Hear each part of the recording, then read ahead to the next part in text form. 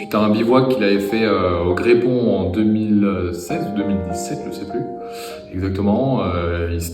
Voilà, il avait cette idée de faire cette traversée en reliant toutes les Madones. Et là, il s'est avéré quand il a trouvé Guillaume, qui est son compagnon de cordée depuis longtemps, c'était le moment idéal pour se lancer dans cette aventure. Au début, j'avais plein d'idées, tu vois, un peu que je m'étais fixé. Ouais, vu qu'on va parler un peu de spiritualité, il va falloir faire que des cadres au grand angle, un peu en contre-plongée pour montrer la place du ciel et tout.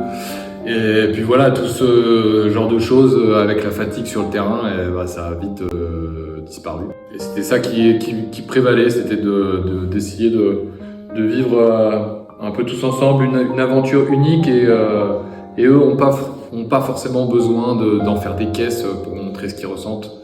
Et je pense que dans le film, l'important, et ça on est tombé d'accord assez rapidement là-dessus, c'était pas de montrer la performance, parce que on n'axe pas vraiment le film là-dessus, même si ce qu'ils ont fait c'est une performance hors norme.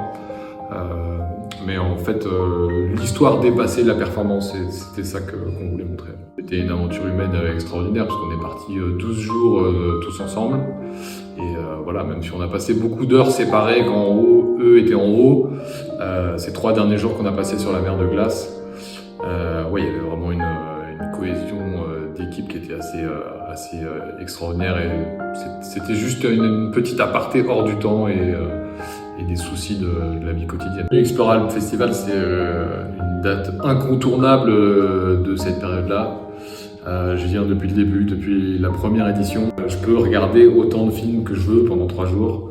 C'est aussi une des raisons qui me pousse ici, quoi.